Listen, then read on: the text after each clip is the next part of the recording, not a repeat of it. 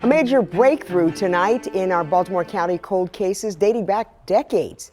Police identified a Jane Doe who we're learning disappeared in 1984 and has a surviving daughter and granddaughter. WMAR2 News' Jack Watson joins us in the newsroom now. So Jack, what's the latest on this case? Yeah, Kelly, imagine finding out your mother disappeared 40 years ago and was a missing person in an unsolved case. That's the reality for one woman and her daughter after police learned that Jane Doe's identity earlier this month. Something that I wanted to answer for a very long time, but it was caught by surprise because I wasn't expecting it to happen at the time that it did. As an infant, Tiara Ashby never really knew her mother. It would have been nice to know who she would have been. It would have been nice to have a grandmother to call.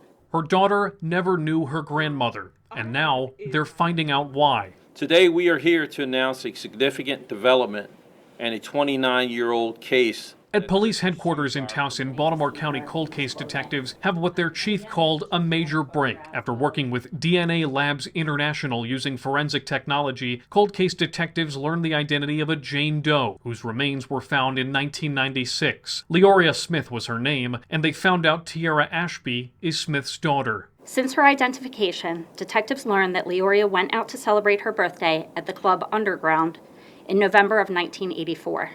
This is possibly the last time that she was seen alive.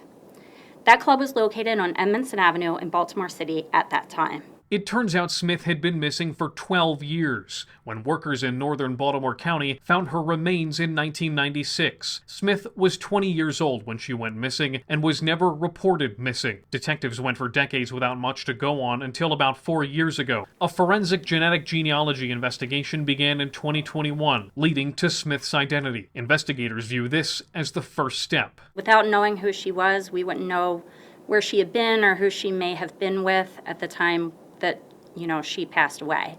So this is truly the first step, and that's why we're asking anybody who knew her at all or may have seen her out at that club ever, not even just that night that she went out celebrating her birthday, to please contact us. For Ashby, there are mixed emotions. Glad to know detectives are still working to find out what happened. Still, sadness that she never met her mother. What she wants now is closure. I want the world to look high and low and see if they could just find anything in reference to her to know what happened, and so she can have justice all the way through. The person who did this should not still be walking around like nothing happened.